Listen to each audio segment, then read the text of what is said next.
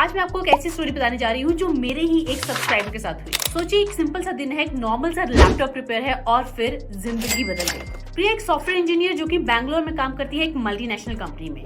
एक दिन ऑफिस में कॉफी पीते पीते लैपटॉप पर कॉफी गिर गई और जल्दी जल्दी में उसने गूगल पर सर्च किया कि best laptop repair shops near me, और फिर क्या था, एक 4.8 स्टार्स वाले रिपेयर सेंटर को ढूंढा और पहुंच गई शॉप पे। वहां जाकर प्रिया ने यही बताया कि कॉफी गिरने की वजह से डैमेज हो चुका है और उसे सिर्फ क्लीनिंग करवानी है, और आगे से बड़े ही प्रोफेशनल तरीके से रिपेयर गाइड से कहता है कि इसमें 2 दिन लगेंगे और आपको 2500 रुपए देने होंगे।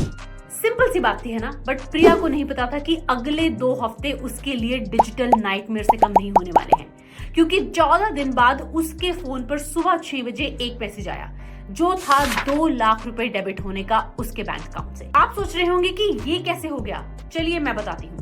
क्योंकि रिपेयर शॉप वाले ने ना सिर्फ लैपटॉप को क्लीन किया बल्कि उनके सेव्ड पासवर्ड्स भी चुरा लिए, क्लाउड स्टोरेज को भी एक्सेस कर लिया, हिडन की लॉगर को इंस्टॉल कर दिया और बैंकिंग एप्स के पासवर्ड्स को भी एक्सेस कर लिया। ये कहानी सिर्फ प्रिया की नहीं है, क्योंकि पिछले 6 महीने में ऐसे लगभग 50 केस आ चुके हैं। कहीं पे कोई पार्ट्स को स्विच कर देता है और कोई पर्सनल फोटोज को कॉपी कर लेता है या फिर कोई वारंटी सील्स को तोड़ देता है। और मैं ये कहानी आपको डराने के लिए बिल्कुल नहीं बता रही हूँ, बल्कि अलर्ट रहने के लिए बता रही हूँ, क्योंकि prevention is always better than cure. सोचिए अगर प्रिया ने लैपटॉप रिपेयर के बाद अपने लैपटॉप को रीसेट ही कर लिया होता, या फिर लैपटॉप रिपेयर देने के टाइम पे उसने क्लाउड के अकाउंट को लॉग आउट कर लिया होता और तो और पासवर्ड्स को चेंज कर दिया होता, और उसके बाद रिपेयर प्रोसेस के टाइम पर उसने उस सबको रिकॉर्ड कर लिया होता, तो शायद आज ये कहानी नहीं हुई होती। एंड यू नो, मेरे कजन के साथ भी ऐसा ही हुआ। गेमिंग लैपटॉप उसने सर्विस के लिए दिया और वहां पर उन्होंने ओरिजिनल जीपीयू को पुराने से रिप्लेस करके दे दिया, और जिसका नुकसान हुआ लगभग 40,000 रुपए का, वो भी एक ट्रस्टेड शॉप से।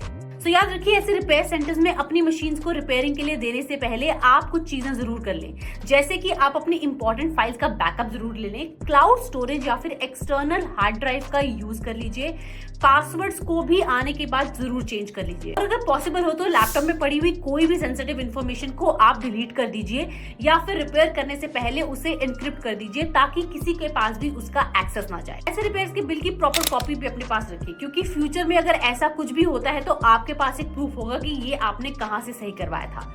और सबसे ज्यादा इंपॉर्टेंट चीज तो ये है कि एक ऑथराइज सेंटर से ही अपने रिपेयर्स करवाइए। सिर्फ 200-400 रुपए के ऊपर नीचे के लिए अपना कीमती डेटा मत खोइए, क्योंकि टेक्नोलॉजी के इस जमाने में आपका डेटा ही आपका सबसे बड़ा ट्रेजर है और उसकी सिक्योरिटी आपकी ही रिस्पॉन्सिबिलिटी है। कमेंट्स में मुझे ये भी जरूर बताइए कि क्या आपके साथ ऐसा कुछ कभी हुआ है, या फिर कोई ऐसी रिपेयर की हॉरर स्टोरी है जो आप मेरे साथ शेयर करना चाहते हैं।